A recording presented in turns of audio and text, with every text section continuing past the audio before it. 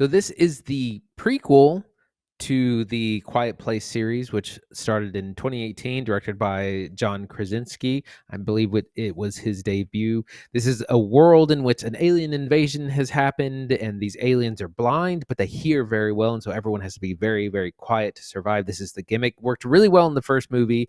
The whole movie is practically silent, and it was amazing to see audiences be silent throughout these long quiet sequences. It was followed up with 2020's A Quiet Place Part 2. And A Quiet Place Day 1 is the day of the alien invasion. Instead of a rural setting, we are in the city. We are on New York City, Manhattan, I believe. And we meet Samira, played by Lupita Nyong'o, who's a cancer patient living in hospice who doesn't have a whole lot of time to live, and she knows it. She's kind of over it. She's over living. She's over dying. She just kind of is ready to be done with all this. One day, the hospice group goes to a field trip into the city to catch a puppet show, and also she wants to get this pizza. There's a pizza place that she just loves, and just it's one of the last things she wants to do. This is when the alien invasion happens with the creatures that we know from the previous movies that are super strong and violent and kind of can't be taken down, and that you have to be quiet around. What's different about this one is that because it's a city, it's loud. There's cars, there's people, there's lots of noise, there's trains. But Samira does not seek to escape. She is still all about that pizza, wants to get it. This might be her last chance. And so that's what she goes on a quest for. And she runs into Joseph Quinn's Eric. Joseph Quinn, of course, from Stranger Things season 4, who's a bit of a lost dog. He doesn't really know what to do, where to go. And so they form an unlikely duo, help each other out, try to save each other in their own unique way. That's our setup. Zach, what'd you think? I was skeptical about going into A Quiet Place Day 1 because I think it's a gimmick horror, and I'm tired of the gimmick. I get the horror. I see it. It's scary because if you don't want to make noise, I totally respect it. But we've seen 2 of these features. We've done it twice. Could we really do it again? I'm very satisfied to say you can. A Quiet Place Day 1 totally works, dude. And I can't believe it. I can't believe it works. But I think it works for a couple of key reasons. Number one, an entirely new setting. It is so nice to have these problems in a city full of people and traffic and problems, right? Like New York is such an exciting place where you have to try to be very quiet amidst disaster. Number 2, the cast. Lupita Nyong'o is a revelation. She's amazing. She always has been. She crushes it. Lots of acting with her eyes. Incredible. Joseph Quinn is a fantastic newcomer. I'm glad to have him. Number 3, the director. Michael Sarnoski, director of Pig, is the real star of this show. He is so good. He wrote the screenplay and wrote the story alongside John Krasinski, who did not return to direct. He was busy working on If. We didn't cover that for the show, but A Quiet Place Day 1 is tremendous. Emotional, a roller coaster, and doesn't dwell too much on the monsters. In fact, it hardly needs them. And it's really cool that I could say that about a movie like A Quiet Place. I'm worried whatever comes after this won't hold a candle to this one. I thought they couldn't do better, and they have, and I'm not even sure they can top this. Where do you want to start talking about this, Andy? Start with our plot a little bit. And also, this has a much bigger budget. It was, I think, $80 million movie. The other 2 were kind of mid-size. And so we get that kind of summer blockbuster, like the setting. We got, lots of action sequences. We got special effects. And so it has that kind of Hollywood polish.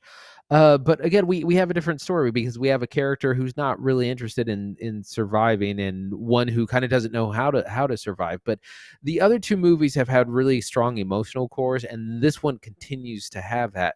Samira's character was a writer, a poet in a past life, and is just kind of lost the kind of appreciation for life because hers is being cut so short. But it's taken her a lot longer to die from cancer than she has been told, and which is also kind of wearing her on her as well. Joseph Quinn's character Eric is just kind of he's lost. He's in law school, or he's a lawyer, and he's British, and he doesn't know anyone here, and he doesn't really know what to do. And it's great because it's Samira doesn't want to be team. They're like, we don't need to team up. I'm gonna do my thing. You go save yourself. But they eventually kind of have to team up. But they form a very kind of strong emotional bond, and there's good human storytelling going on amidst the chaos, with of course great performances by both. Lupita Nyong'o's just incredible eyeball acting. Like there's so much where Dude. she doesn't say a word, she doesn't, nothing. It's all face. It's amazing. I remember being really pissed that she didn't get a nomination for her performance in Us, the Jordan Peele film, which I'm still pissed she didn't get a nom for. But she really is incredible. Like, this movie is just another feather in the cap. Not to mention a bit of trivia that I've learned. She was apparently deathly afraid of cats before shooting this feature. This was a pro cat movie. She has a cat named Frodo in the film, played by a pair of twin cats. And she apparently had to do like cat therapy to like spend time with cats and figure, because she apparently thought they hated her and she'd had bad experiences. And now she owns one and posts about it all the time. She contributes to like charities. Pro cat film for all the people out there that like survived like disaster movies with the dog in it, and you hope the dog makes it. DoesTheDogDie.com. Good news. This is a cat film now, and it's entirely possible to work. But I love the setting. I know I talked a little bit in the open about it. I want to talk a little bit more about it. New York is a fantastic place to make a disaster movie because it's big and it's bombastic and there's so much that can go wrong. It's not just crowds of people screaming and running away. It's buildings toppling, buses slamming into light poles, right? Like fire hydrants going off, glass ceilings shattering. Anything can happen, right? Like tons of potential for big bad things. I'm reminded of like 28 Weeks Later, right? The film that followed Danny Boyle's 28 Days Later. 28 Days is a zombie movie that's functionally out in the country. It's basically out in the woods. It's low budget. It's small. The follow-up is like in the city. Big things are happening. The military is involved. And that is a very messy setting to try to be quiet. I think it's accomplished really well. It's not a very long journey. They're not in the city very long over the course of the film because the film only happens over the course of a few days. But what would you expect, right? Like it's a pretty disastrous situation. These monsters, these creatures descend on New York, and suddenly you have to be as quiet as possible. What happens if you start snoring? What happens if your cat starts meowing? Like it begs the question of how would you survive? You put yourself in those shoes. How would you make it? And walking out of the theater, you get the clever effect that I think the last two movies have, where you start to notice how loud things are that you do, right? Like you click your car on, beep, beep. You're like, that would have roasted me. In my movie, 2 people had their phones go off. 2 separate people. The first thing I thought was like, you never would have made it past act one. Y'all would have been one of those people in the open that got roasted, you know? You never would have made it. You wouldn't have survived. So fun to go with friends, I think. A fun movie to experience with people. I wanted to talk about the action sequences, which there are a couple of big ones. There's a moment where somehow or another they find out that the creatures cannot swim, and they say everyone's got to get off the island. Anyone on there's like, radio or like helicopter announcements. And this ends up with this kind of zombie walk where people very slowly come out of hiding and start making their way down the street. But it's like there's thousands of people, so inevitably they end up making a lot of noise, and there's a big that draws the aliens, and that is a long and extended sequence that's very harrowing, a lot of heart pounding stuff. And there's another one that's kind of like they're either in the sewer or subway and it's flooded, something like that. There's a long water sequence reminding me there's one in Kingdom of the Planet of the Apes as well. This must be a thing to add to your action movie, but that was also really good. And again, this makes it so you're not just creeping around quietly the whole time. You have these instances where you can be really loud. And there's some footage from the trailer where they're running through the streets and they're trying to make noise, and they're like one person throws a rock at a car window to shatter, to distract, and so they kind of have made a lot of excuses to be noisy. So the action sequences really work in this.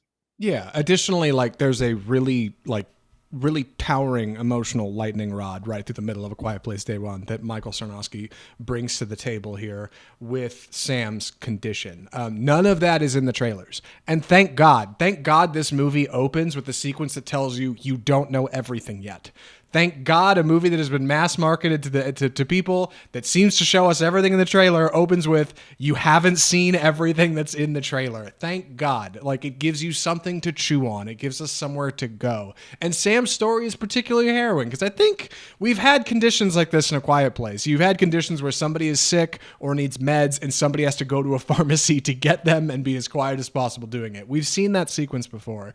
But Sam's position on it, this devil may care kind of attitude of, you know what, I've already functionally run out of time, so I'm not scared of death anymore, and therefore I do not fear these things like other people do, is interesting. And then combining that with an out-of-towner, right, just functionally a random passerby who ends up getting tangled up and involved in this and ultimately wants to help because he too kind of sees that glimmer of humanity in all of this tragedy, is really clever. Like, combine that with a solid score with the returning composer from Pig. His name escapes me. I'll look him up in just a second here. Like, you get a surprisingly human feature, which is why, like I said, I don't think you even really need a lot of the monsters, because you don't get a lot of monster time as far as identity goes. Like, it's not like a slasher film where you see Michael Myers taking off his mask, or you learn a little bit more about Freddy's backstory in Nightmare on Elm Street. Like, you don't really get a lot of that here because you don't need it. They're these nameless, faceless creatures that just immediately eliminate anything that makes sound. That's basically all you need. That's kind of not even the point of the movie. The point is the journey these characters are making, and ultimately the reason why they're making it. And I think that's really meaningful. Like, it helps it step through like just a simple genre of horror into something that's like surprisingly thoughtful, that I just did not expect walking into the third feature in the Quiet Place universe. You know what I mean? It's like when that Transformers Bumblebee movie came out and totally popped, and people were like, a Transformers movie is good again. I don't believe it. Like, solid all the way through. Couldn't believe how much I enjoyed it. Yeah, the characters are good and they're well acted. Again, Joseph Quinn, who I think was. I did not have a high opinion of him just from this character that he played from Stranger Things. I was just kind of eye rolling, but he really is a top notch actor. He's in Gladiator 2, and Ridley Scott's film comes out in the fall. So he's really showing his acting chops here as well. And we get quiet scenes, pardon the pun, of just our two leads where they are not in danger and they are kind of going over their respective traumas and issues and finding humanity within each other. And again, like it's very disciplined for the movie to take that kind of time and not just feel like it has to have action sequences constantly. It slows down to get the human story and to propel that forward. Yeah. Composer, by the way, is Alexis Grapsis. I wanted to say I probably pronounced that wrong, but great work. Strong soundtrack. Sounds good. Very emotional.